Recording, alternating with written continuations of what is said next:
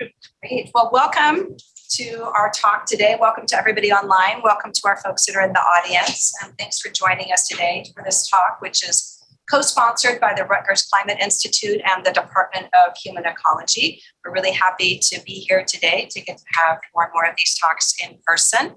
And we're really privileged today to have Max Boycoff as our speaker.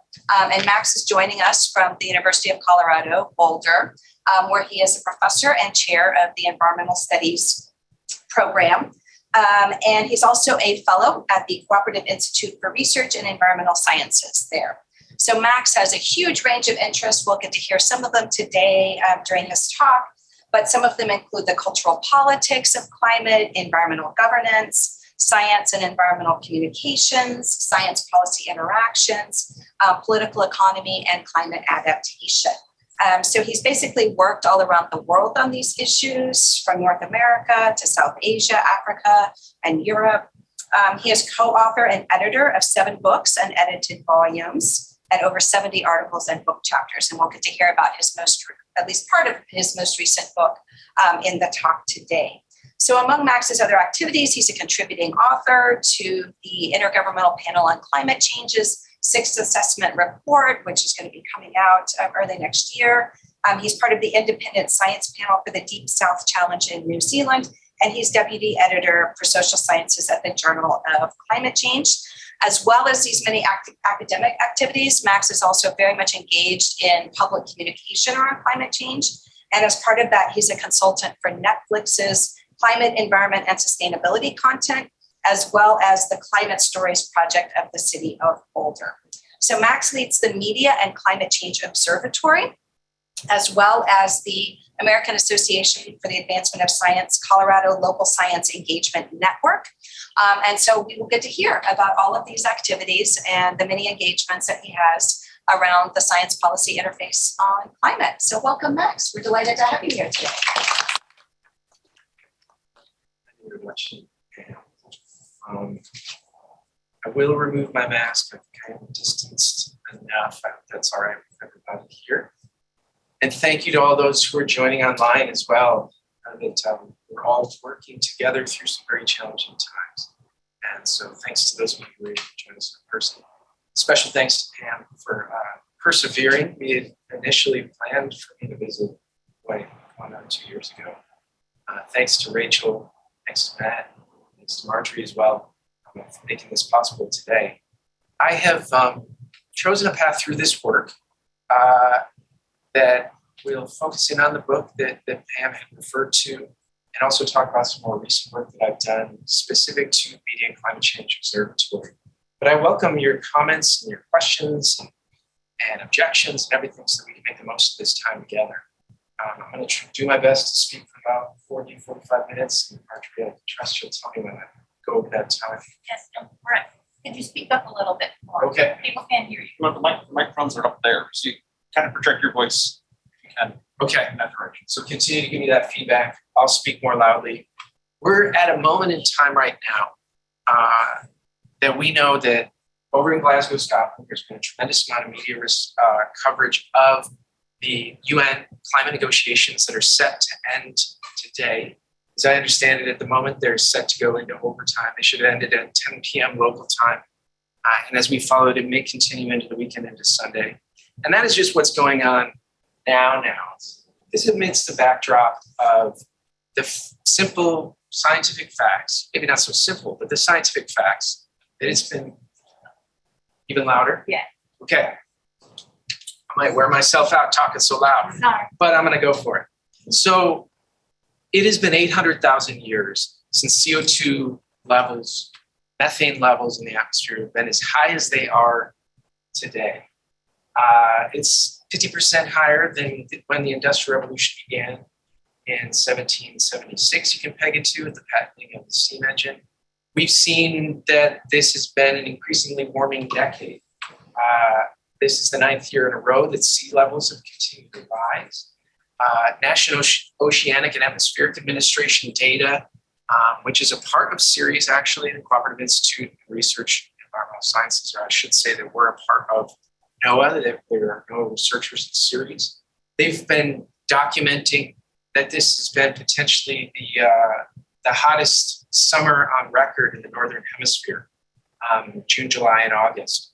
And so as 2020 was just behind the hottest year in 2016, and over 140 years of record keeping, the 7 warmest years have been the last 7 years, on and on and on. We can point to all of these ways we've been able to diagnose that we are in a time and a place where things are not what they used to be. And so climate change has become among the most prominent existential challenges of our time. It's a threat multiplier. It's not a single issue that can or cannot be debated by the Democratic decided on by the Democratic National Committee, which you may recall it's an old sort of batch that I've got. This is something that weaves through many other aspects of critical issues, like public health, like food and agriculture, like foreign policy, like poverty, immigration, and many others. This threads through the ways in which we live, work, play, relax, pray, and enjoy each other's company in today's society. And so with that in mind, we can diagnose, and I can give you all kinds of scientific stats. But one of the challenges remains, and that motivates a lot of the work that I'm going to talk with you about through this creative climate communication for a better future, is that we need to continue to work to find common ground. This is essentially a collective action problem that requires working with folks across the political spectrum, requires us to work with people across socioeconomic differences, different physical geographies, to listen to one another. And so while we have all of this scientific information, while COP26, as it's called in Glasgow, is wrapping up, climate communication still generally remains stuck. I give you all kinds of stats and figures, some that come out of Yale University and George Mason that say that just 35% of US American adults talk about climate change with their family or friends occasionally or often. There's a large climate silence. Why is this? I think we can attribute it in part to the pervasive partisanship, polarization that exists, and politicization of these topics, particularly here in the United States context. Under these circumstances, though, how can we creatively and effectively overcome this silence and spark and contribute to productive conversations and pathways ultimately then to action? I really think about conversations as that vehicle towards enhanced engagement and action. So I hope I'm talking loudly enough now. See how long I can last talking this loud. But in my prepared remarks, I want to focus in on really 2, maybe 3 chapters in this book that I wrote on creative climate communications. And it's kind of filtered through this project that I'll tell you a little bit more about called Inside the Greenhouse at the University of Colorado. So that is a collaboration of 4 of us, actually. One who's a theater professor, Beth Osnitz, another who's a communication professor, Phaedra Pizzulo, and another who's an ecology and evolutionary biology professor, Rebecca Safran. And the 4 of us have come together in a very deliberate and interdisciplinary way to experiment with creative ways through which we can communicate about climate change and other related issues. And the other part I'm going to try and squeeze in, time permitting, is to talk a little bit more about another project that I work on called the Media and Climate Change Observatory. It's based at the University of Colorado, but it's 10 institutions across the globe, and we now monitor 127 sources in radio, television, newspapers in 59 countries and 13 languages, where we seek to essentially just provide a foundation of understanding the ebbs and flows of media coverage of climate change or global warming. From that, it's a foundation through which we have open access databases so that you all and you all online can download them, use them for your own purposes. And we do too within our group of about 24 researchers. And I'll share with you one of our most recent papers if I can get to it. One of the things that I am excited about at our university is that we brought these 2 projects, some others that Pam mentioned in my intro that I'm not really going to get to today, and others that are going on under an umbrella called the Creative Climate Communication and Behavior Change Center. So while we have all this information, which I'll turn to in just a moment, it's making that link between our attitudes, our perspectives, our intentions, our beliefs, and so on with behavior change. And so we've partnered with many psychologists, many others to try and really wrestle with those challenges. So we can understand and accept that I have this bar, so it's what I do there is I have video panels, is that right? That art won't appear to the viewers. Oh, okay. That's only on your view. Yeah, I'll ignore it. So the dominant scientific ways of knowing, as I think we're familiar, are all these reports. And as Pam had mentioned, I've been contributing to the most recent. Many people on faculty here at Rutgers are also contributing to these reports.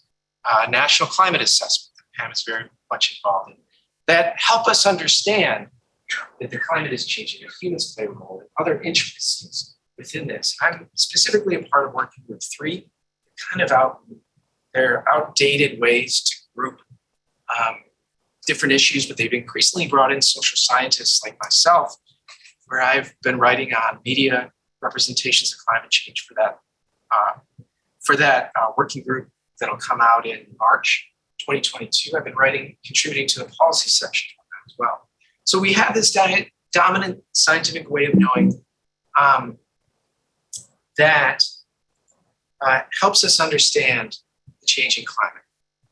And as science, technology, and society scholars like Brian Wynn have said, this is something that we often lean on. And with this, by extension, becomes this information deficit model, some of you may have heard about before, which is the notion essentially that if we just give people, pile up the reports, make your grandpa or your uncle Mike read them, they're going to do the right thing. And we know that's not true. Nonetheless, it's continued to be very pervasive.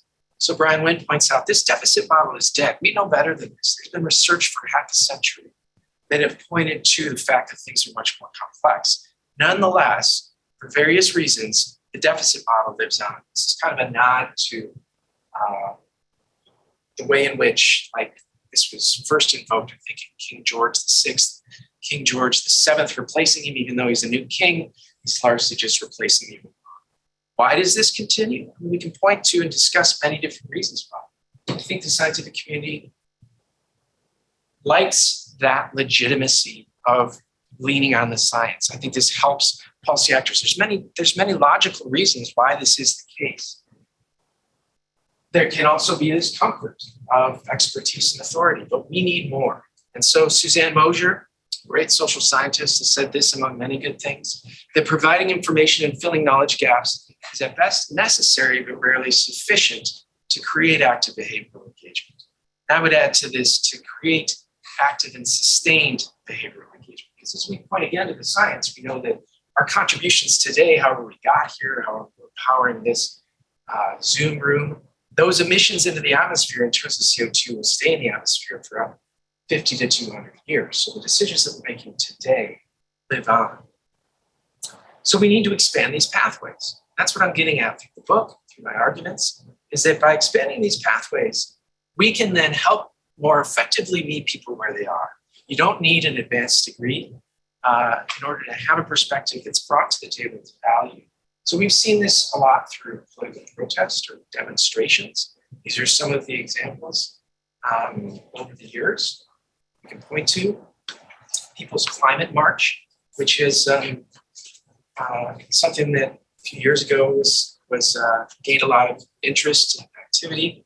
And then we can think about it in terms of how it relates to the temporality of the scientific process as well. When we're looking at COP26 and we see some of the demonstrations in the streets, Fridays for the Future, we see doctors staging a die-in outside JP Morgan offices. We see this just comes right out of last weekend in Glasgow, that while we need to continue with all this work, there must be more to foster and spark, catalyze these additional pathways into our experiential ways of knowing, into our aesthetic ways of knowing through the arts, into our visceral ways of knowing sometimes through entertainment, and so forth and so on. So those are the places where I've been able to then dig in to understand that while this is a vexing challenge and threat, leaning on a familiar face and threshold, facts by themselves are voiceless. And so his larger comment is this. He says, there's nothing philosophically incompatible with science and politics, but there seem to be psychological hurdles that scientists have to overcome. The ethic in the profession is that you stick to your science. If you're interested in how science affects public policy, public questions. Just let the facts speak for themselves. And he says, of course, there's a fallacy here. Facts are by themselves voiceless. So through these expanded pathways, what I argue here, and that others have also been arguing, I captured in the book, is that we recognize that there needs to be other ways to engage. There are many different theories to support this, exemplification theory among them, that concrete cases of influential actors grappling with issues like climate change can significantly influence citizens' awareness. That it's just basically another way of saying that this can be infectious, right? That people are most likely not going to be picking up the next national climate assessment or the IPCC report. People are going to be engaging with this in different ways. We need to then better understand and research these ways in order to do a better job. So that leads me to this book. This book, I was motivated to write this book for several reasons, and among them, one is just to better understand, pull together what works, what, where, when, why, and under what conditions in terms of creative and effective communications. I had the opportunity where I used to, back in the old days before I started grad school, I was working on a farm and reading at night and weekends. I have the privilege of getting to do this for a profession. I honor that privilege by being able to read through these literatures and try and integrate lessons from different case studies in different places, in different times and contexts, to try and make sense of what we are learning from these social sciences and humanities projects. One of the kind of top line things that I find and that is, I think, important to point out is that when we talk about successful, creative, effective climate communications, we have to understand there's not going to be a silver bullet. You can point to all kinds of times in which we thought there might be one. Superstorm Sandy tearing through this area and others that may be going through the power centers of the United States could really change discussions and actions, but these don't happen. It's about silver buckshot approaches that are needed. And that goes with communications as well. The scientific work speaks to certain audiences effectively, and creative work through the arts speaks to certain audiences effectively. And to support that is very important. So what I want to turn to is the first of two examples in the book. And this one I really feel compelled to share this with you because it's something that has been on my mind. It's something that I myself contributed research to. It's something that others in the social sciences and humanities have been researching lately too. And so I think it's important for us to have this discussion. Going back for a second, I do want to just say though, you might notice that climate is in parentheses. I did that for two reasons, basically. The first of which is that the way in which I wrote this, I hope, I aspire for this to be useful for other science policy issues. Some of the work, some of the considerations around vaccine hesitancy, for instance. Some of the creative communications here can be applied to that, just as one example.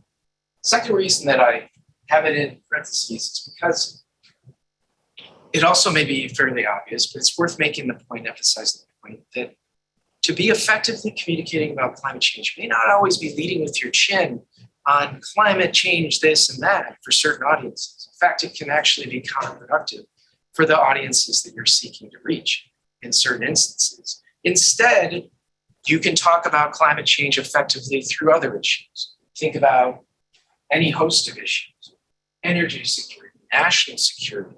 What kind of legacy do we wish to leave for our kids and grandkids, our communities? We can think about, through hunting and fishing communities, environmental stewardship as effective ways to creatively communicate about these topics. It's not to, by any means, to shy away from the challenges that we face, but you can think about drawing people in rather than having them put up their defenses. So on to this chapter: climate change, advocacy, and activism, particularly in academic arenas is where I focused. And so I drew on some great work that has been done in these areas. I can think about John Kocher at George Mason University, Shazina Tari at Indiana University, among others, that have been really just asking basic questions about how does one's advocacy and activism affect their legitimacy or influence, maybe through exemplification theory, influence others to engage and pay attention. So what I map out in this chapter of the book are nodes across a spectrum. So if you bear with me, thinking about type 0 advocacy is basically advocacy of a kind, but it's choosing not to advocate, right? Choosing not to be active. I think that is a deliberate choice that we all make. That can come from a variety of reasons. That can come from maybe one's lack of comfort while speaking in the public arena. That can come from some of the, some of the pressures within academia, including tenure and promotion. That can come just from disinterest and owing to confusion about what kind of effects you may have. So that's type 0 advocacy. This, is understandable and logical. Wanting to avoid the treacherous waters of engagement and do one's work. But type 1 advocacy is an important type of advocacy that I think that I argue to you all gets conflated with type 2. Type 1 advocacy is advocacy for scientific evidence, advocacy for information amid those ways of knowing, scientific, experiential, and so on. It's advocacy for facts. One of the greatest, I think, responsibilities for us as 21st century researchers and scholars is to consider deeply this notion of type 1 advocacy in an arena of fake news and post-truth. So I contrast this here across the spectrum with type 2 advocacy, which can be advocacy for particular policy outcomes. We give all kinds of examples where people choose to advocate for a certain ballot measure, advocate for a certain candidate, even more generally a party. I'm not denigrating any of these. I'm just saying that by expanding these out, it's important for us to understand that there is this node of advocacy for scientific evidence that needs to be recaptured. And so a few of the examples that I've been looking at for here in a couple minutes that I've been speaking, type 1 advocacy, I think of Catherine Hayhoe, Neil deGrasse Tyson.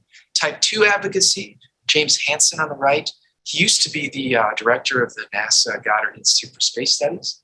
At that point in time, I would have considered him much more as a type 1 advocate. But in his retirement, he's moved into advocating particular actions through the Citizens Climate Lobby and other arenas. Those are his choices. But again, these are messy spaces. There's been conflation about motivations and behaviors. And through this work, I just want to highlight the importance of recapturing this. Some of the work that I've done with former grad student David Owen has found that there are different ways in which younger respondents are more likely to support and be compelled to change by academic advocates. And those age difference actually we found were different, more significant than, say, movement across natural, physical, and social sciences.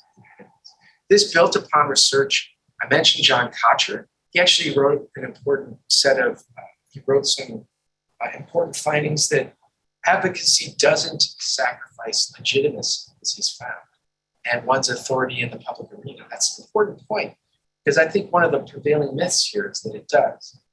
On top of that, Shasina Attari, who I mentioned, she did some really interesting work around the size of one's carbon footprint. As she talked about it, then more and more people are talking about carbon shadows. We can talk about all that. But in her work, she talked about how those who are walking the walk, who have smaller carbon footprints, are those that are more influential in engaging with various audiences. She also, though, points out with some fascinating work as well with some colleagues that there is this danger of what she calls do-gooder derogation. I think I just refer to it as greener than thou activities. If you try to be too perfect, if you try and model your life without taking on the contradictions that we live in, that there can be this blowback effect that she's detected through her research. So with all this in mind, there can be a danger of over-individualizing issues that are fundamentally failures of institutions, of activity, of collectives, targeted disinformation campaigns. But I think it is worth pointing this out. So I have done just in this chapter that I get to into. And so to kind of wrap this part up, just thinking about statements that have been made. Jane Lemchenko has really been pressing on this for several decades now. Among them, she says scientists need to rethink their roles and responsibilities in order to capably confront environmental challenges as they relate to climate change, public health, security, social justice, and the economy. So these are those pushes for us to enter into the public sphere at this critical moment in time. So the second example, I'm going to run myself out of time if I'm not careful, but I'm going to just share with you an example of ways of learning and ways of knowing, really building upon this idea of different engagements beyond scientific. And these are emotional ways of knowing. I suppose I could focus on the others that I've already mentioned. And there's a range of emotional registers too, right? We've got fear and anxiety. We've got hope and aspirations. The way in which I want to focus in here is through comedy and humor that we've sought to engage with different audiences. This is a project that Theta Professor Beth Osnes and I have been working on now for 7 years. Lauren Feldman, who's here, is doing a lot of work in these areas. I think it's wonderful that there's more and more research being done. Our part of the contribution to this is working with students in our classrooms. And once we hit the pandemic, we moved into the Zoom room and employed underemployed, I suppose, comedians themselves to put together basically virtual writers' rooms. And so with our students and with a set just this last year of 15 professional working comedians and Chuck Nice right here as our supervisor of the comedians, which did a very impressive job of keeping them all in at all their deadlines. Everything was great. Thanks to Chuck. Chuck is co-host of Star Talk with Neil deGrasse Tyson, among many other things. But we worked with our students to create content for a show that we put together. And instead of just sitting in the space of trying to make people laugh, we took the extra step of challenging them to pair their comedic content with a solution. And we drew on this book called Drawdown, and challenged them to take one or more of those solutions and use that as their anchor point for this comedic work that they've done. We've gone through many different iterations over time. This is kind of where we've honed ourselves in just the last few years. In addition to this work that we do with our students and with comedians, we have an international video contest. So if any of you are interested in submitting a video of 2 minutes or less and entering into the contest, prize winnings of up to, I think, $500, which is amazing.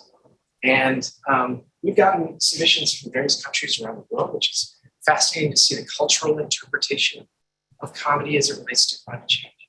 And we've pre-COVID had many different performances. But on top of that, in community with Lauren, with many others, which I think is great, we are contributing research. So we're also examining how this plays out. And so while we've argued that humor is generally underutilized, we've moved into this space, as Lauren Feldman and many others have done as well, because we really think it has the power to connect people and information and ideas in different ways than, say, this was mentioned. And so it also possesses certain power to wiggle in, to poke and prod at certain nuisances, certain, incongruities, hypocrisies, falsehoods, certain pretentiousness that we encounter in our everyday lives. And so we have been playing with this particular flavor of what we call good-natured comedy that Beth had coined, good-natured comedy, which examines those contradictions that we're all living in. Of course, there is, I think, a very common form of comedy, which is satire, punching up or punching down at certain figures. We have that too, but it's a way of embracing the different sort of flavors.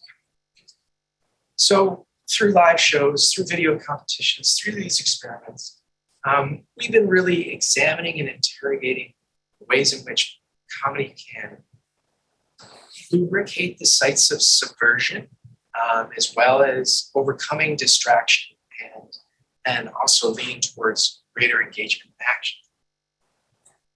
It is important to recognize and acknowledge that it has the potential to trivialize critically important issues. So we approach all our work seeing how we can tread carefully in the politics of the everyday relative to these ways of actually moving into new audiences. And so while Stephen Colbert actually says, he's commented that reality has left-wing bias. You see more comedy coming from the left, but there are these manifestations of comedy coming right. I don't know if anybody watches Greg Gutfield's Fox News show, conversation, comedic show that takes on a range of issues. It isn't just in the province of left of center politics. And so we work through this idea of licensed transgressions. We work with our students, when you cross a line, to come up to that line, to sit and wrestle in those places and overcome these sites of sedation with enhanced engagement. So that's really what motivates a lot of the work that we do here. And it's work ongoing. I can point to a host of people that are increasingly researching ways in which comedy can approach and more effectively communicate about climate change. So bringing these things together.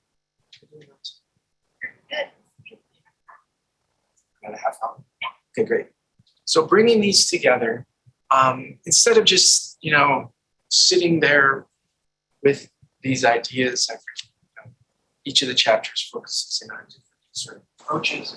I challenged myself to come up with rules of the road and features on a roadmap. Basically, the how, when, why, under what circumstances, considerations. So after doing all this work, I think I owed it to those who choose to move forward to try and consolidate a list of state recommendations. So, okay. So on the left-hand side, some of just the tenets, the rules of the road. Be authentic, be aware, be accurate, be imaginative, be bold. These are what have been found within this research, within experiences and experiments, to be effective ways of communicating about climate change, including creative ways.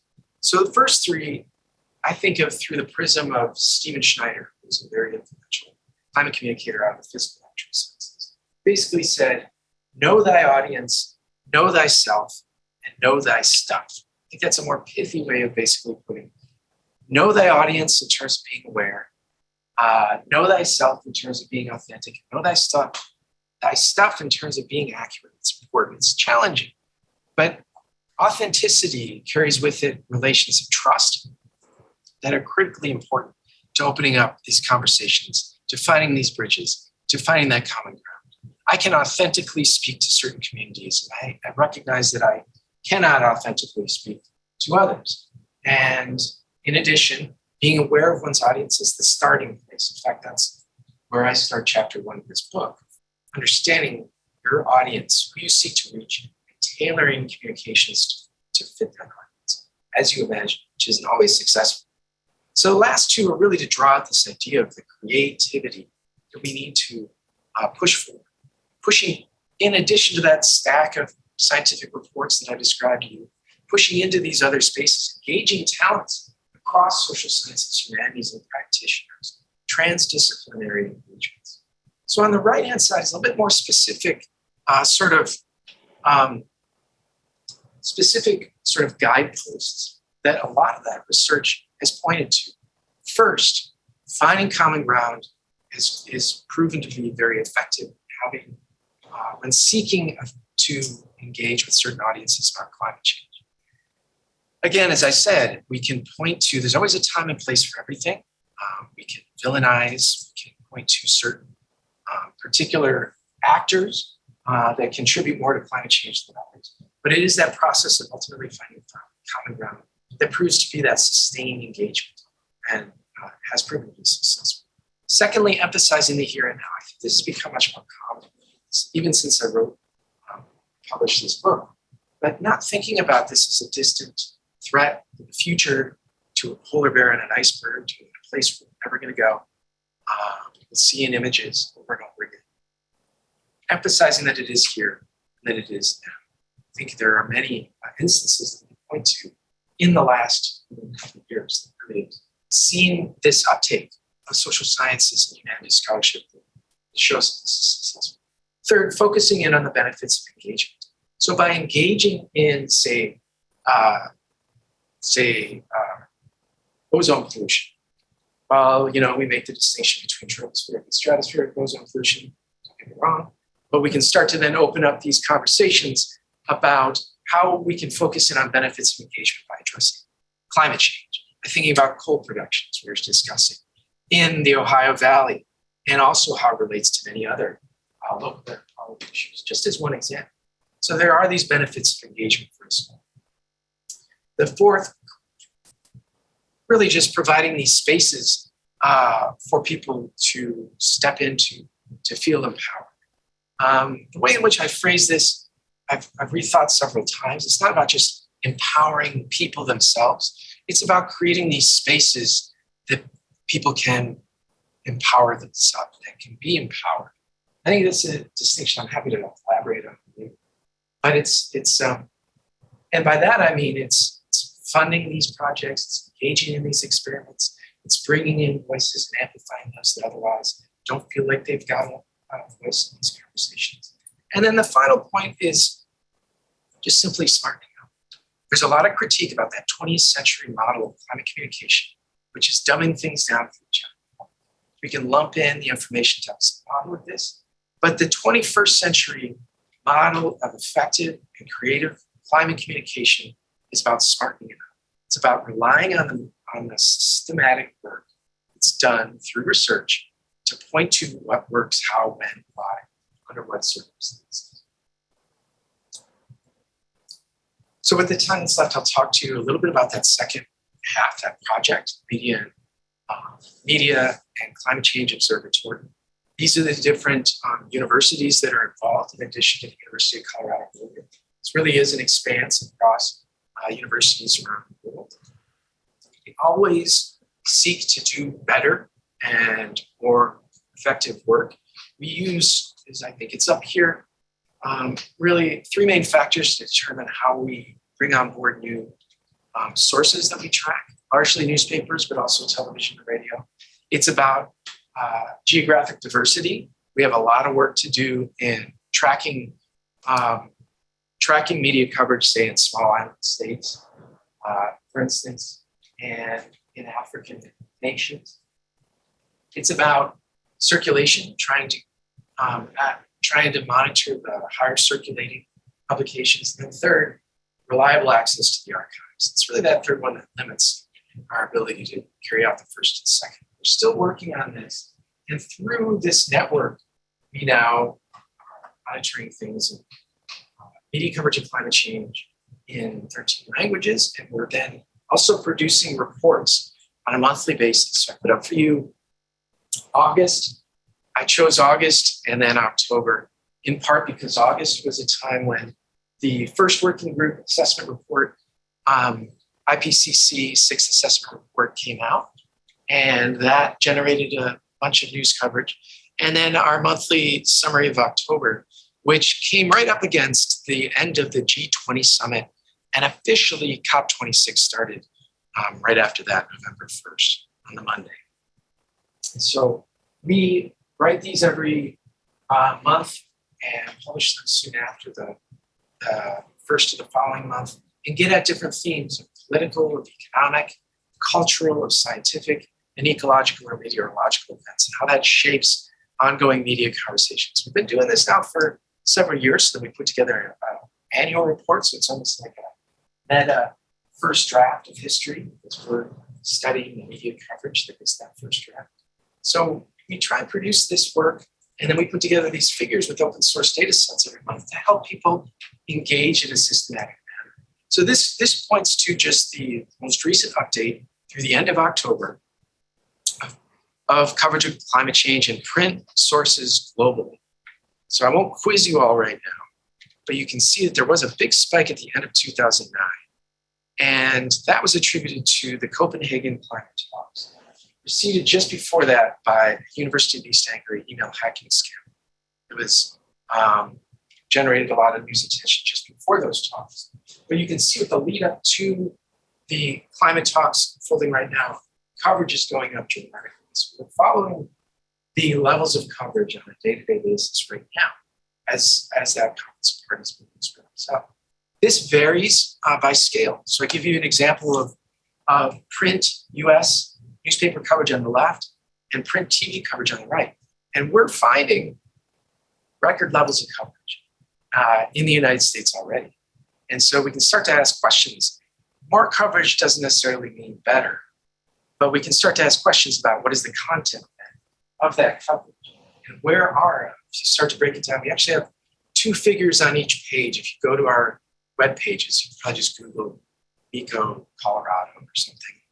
But if you go to them, we have the total, which I share with you here, the black line that we take it out so that you can see a more expanded differentiation. They're interactive, so you can zoom in, zoom out, and see which sources are covering climate change more than others.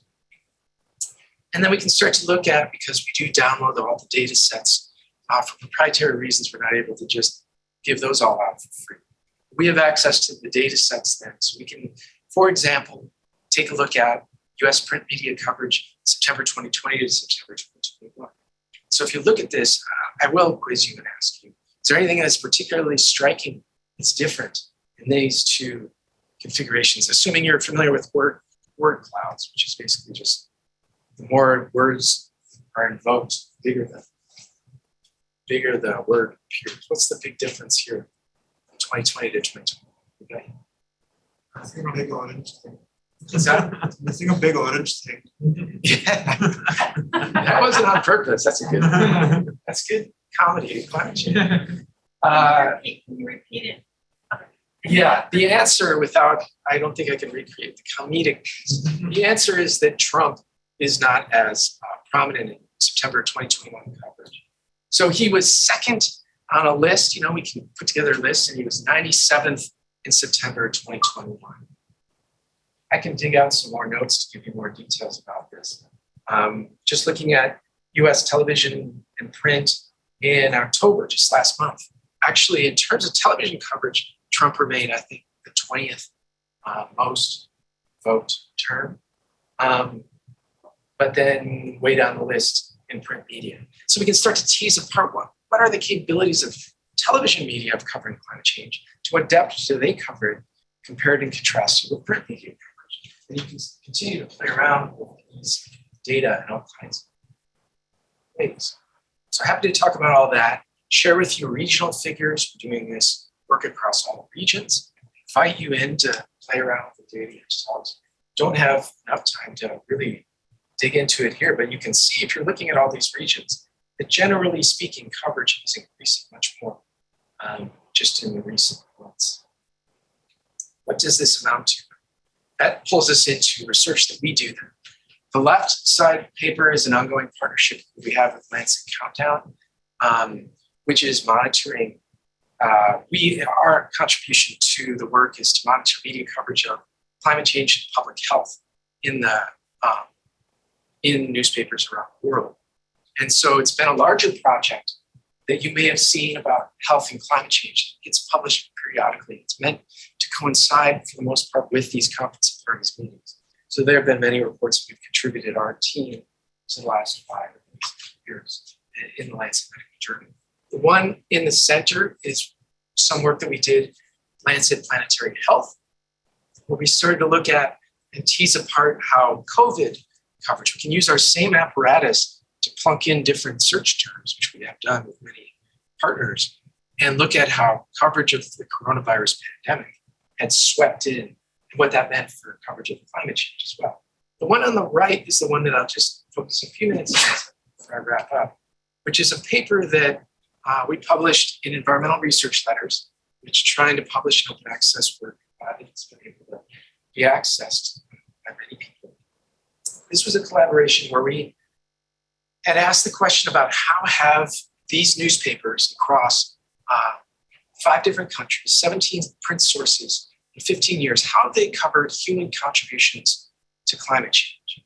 So this actually builds upon work that I had done with my brother back when I was a graduate student in the early 2000s, where we took a look at US newspapers, and we actually found that US newspapers during a period of time of 1988 to 2002 had been perpetrating an informational bias by leaning on the norm of balanced reporting, where over 50% of coverage at that time had retreated to this he said, she said, rather than relying on the overwhelming consensus in relevant expert scientific communities, actually amplifying outlier perspectives. So what we did is a follow-up and an expansion of that. And among the key findings, which I put up a lot of our figures here, we can get into them if you like in the discussion. But among our key findings is that over this period of time, we break it down by year, over this total period of time, 90% of coverage actually was deemed accurate. And so that's a bit of good news. The media have done a better job over the years. I point to that particular moment in time of the end of 2009, where there was that dramatic global spike. We actually found that that was one of the lower periods of accurate coverage of human contributions to knowledge.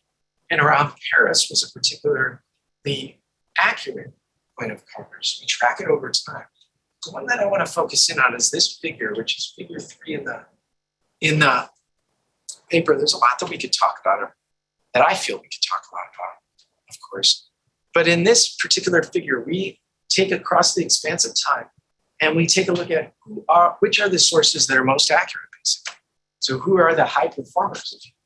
And so we didn't really know what we come up with across all of this data. And we found, as you can see, on the left-hand side are those that are seen as the most accurate. Nobody is 100%. And then you can see across to those that were deemed least accurate. We actually just published a commentary on global environmental change last week, reflecting on this, reflecting on the earlier paper. I have that for you here, but I welcome you to take a look at that. We ask questions about this change, it's stayed the same, but what do these data mean for our ongoing discussions? Because really, the way in which we looked at things back in the study period up through 2002 is very different. The proliferation of social media, the democratization, as well as dystopian features that go on with that, very different. Nonetheless, newspapers remain a very influential piece. In this specific figure, though, it's interesting to take a look at those low-performing outlets. Two of the lowest, well, all 4 of the lowest performing outlets are those that are seen as historically conservative ideology, that take up a conservative ideology. And 2 of the 4 of them are Rupert Murdoch News Corp outlets. So it helps us dig into additional questions about how are political ideologies feeding into the stories that are being printed in these places and the ongoing larger conversations that are taking place in these countries. Since then,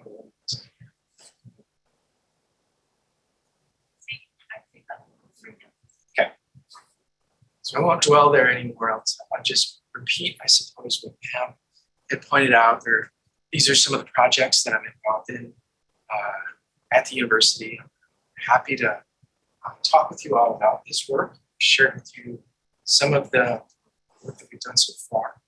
And I just leave you with a conclusion for the moment, asking a really fundamental question that I ask myself a lot, and I ask yourselves. Do our responses today meet the scale of the challenges associated with 21st century climate change?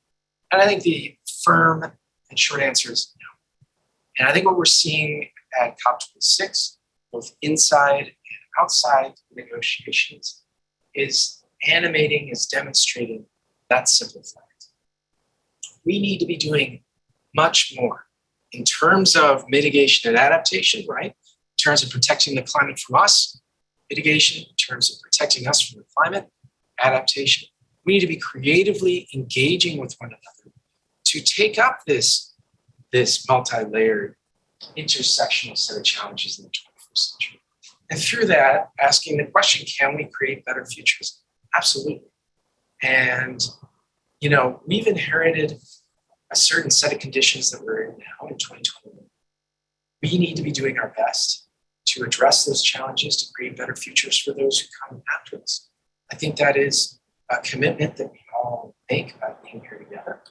And I encourage us to continue on.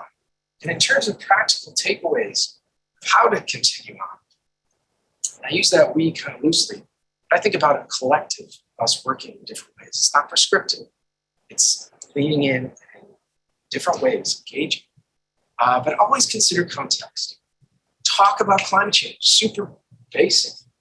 Talk about maybe this talk to your friend tonight. You're already starting to beat the odds and talk about climate change. Listen to one another, listen to others' perspectives. I haven't demonstrated that well here, but the nature of what's to come in Q&A, I really look forward to listening to your perspectives. Have conversations and dialogues. They may not be easy in certain environments, but they are generally worthwhile. And then this isn't an individual endeavor. Again, as I said at the outset, this is a collective challenge. So we need to join groups. We need to amplify your voice in various engagements. We need to work for systemic change. This is not a political statement. If we evaluate what we need to do on climate terms, we need to change our systems. We need to decarbonize our industry, our society. We need to do it right away. There is science that's pointing to that. There are economics that are drawing us into the ways in which renewable energy, adoption is much more affordable, and on and on and on. So I can talk.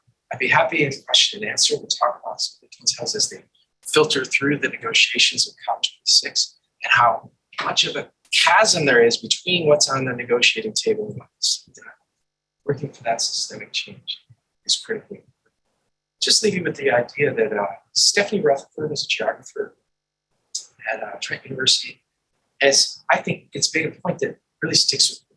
Things are made and they're not just found. Therefore, if we accept that, things need to be at times unmade or made differently.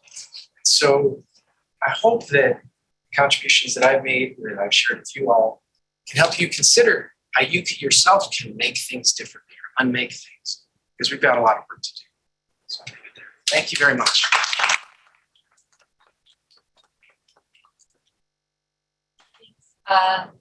Max, and I've just been watching the chat and for questions, so we're going to go to those in a minute. But I first wanted to open it up to people in the room. If you had any questions for Max, we have, for those who are online, you can't see, but we have about 6, I'm thinking graduate students, maybe, or maybe some undergrad sprinkled in there here. And so do any of you have questions? Okay. Hi, yes. Thank you for coming to speak with us, Professor. I've read some discussion about climate communication in a previous course, and I was wondering if you could talk about whether audience affects any of some of the findings you mentioned. Like, for example, in some papers we read, authors advised against scientists advocating because it can make them seem partisan, and that might be more likely if the audience is already politically opposed to climate change policy. So I was wondering if that and like some of the other examples you brought up, if like the audience might change, if it's effective to talk about your individual actions in sustainability, or to talk about advocacy and science at once. Sure. So if I interpret it right, that thinking about advocacy may have different effects with different audiences, right?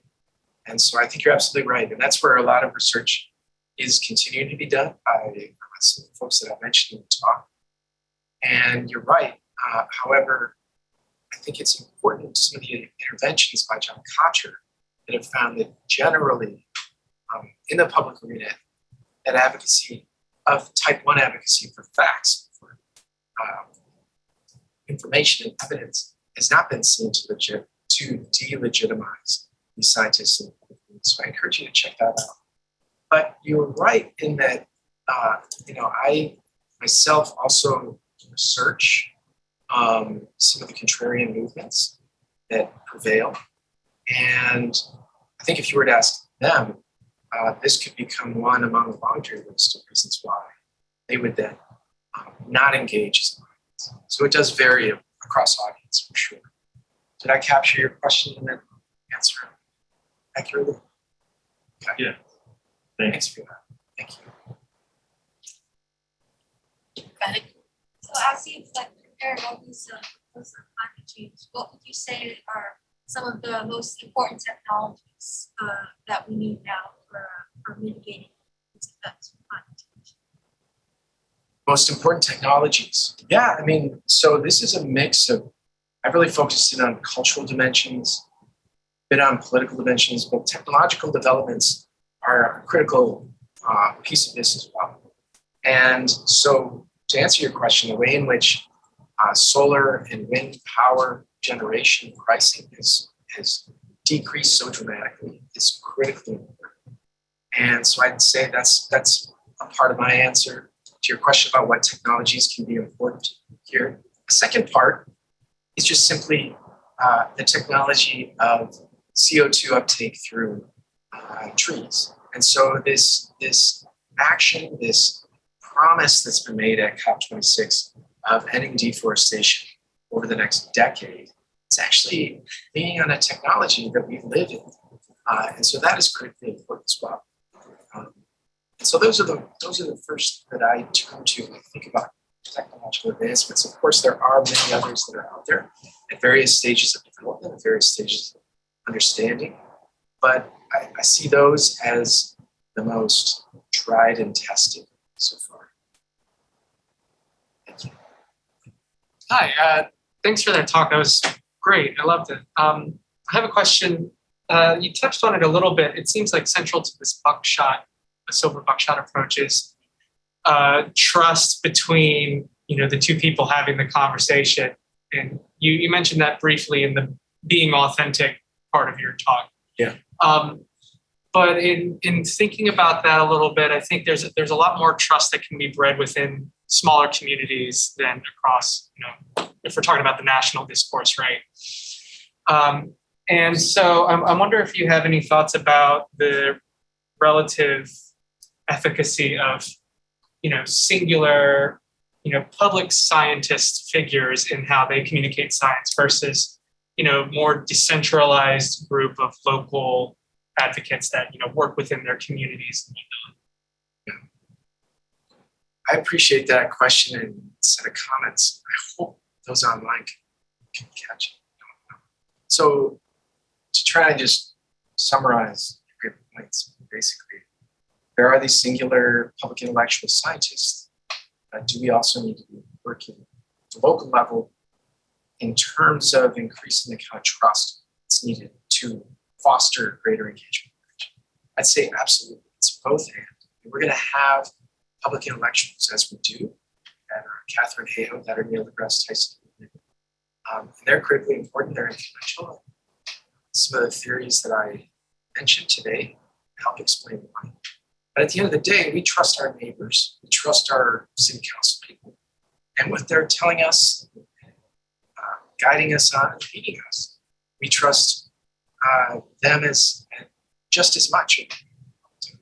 So that's where your set of comments and questions point to the silver buckshot, as you mentioned, and also point to the fact that it's a collective action, challenge that requires a collective response. So absolutely, I think you're right on. It makes it a little bit harder on all of us, but it's on all of us. There's this Onion article that I think about that they say, newsflash, 7 billion people are responsible for climate change. Now it's into 7.4 something. The good news and bad news is that we're all responsible. The bad news is that. Good news is that we can all play a part through relations and trust at the local level to foster greater engagement. I think I'd like to switch online because hopefully you guys can stay for lunch. And I don't know what time are we at right now. We have 5 minutes left. Okay. But I thought I'd go to the chat. And one was Christine Schell had asked how the 24-hour news in television and print, or at least online, has impacted climate communication versus before, pre-round the clock news, and how the shift in this kind of media attention cycle has changed the coverage of climate change? Good question. Well, it's opened up more spaces for coverage to take place. Back in those old days, you think about the gatekeepers, where Walter Cronkite would say, and that's the news, and that's the way it is. When we just had these little blocks, which some of you may remember, where the news that was fit to print or the news that was worthy of airtime got in, otherwise we had to just wait for the next round. With 24-hour news cycles, there are many more opportunities. And so if you look at those figures through our Media Climate Change Observatory, we're picking up on some of those key differences, like PBS in contrast with CNN and CNBC, where they are on this cycle and they're bringing in content in the latter two in ways that PBS is largely in selected news programs. And so, again, just as a reminder, though, so I think that it has opened up many more opportunities and increased coverage as well. But we need to think about signal and noise there. Is that some of the, when we get dug into the work that we do analyzing content, we can see not just what stories are being told and how they're being told, but what stories are being overlooked, what sorts of conversations are muffled. And so examples of that can be, stories on and on about technologies that are being developed and overlooking over time, as some of our analyses have shown, considerations of climate justice, of loss and damage, even even considerations of reparations for climate impacts by those historically heavy polluters. And so that still remains a part of the challenges in 24-hour news. I haven't picked up on some of those latter stories.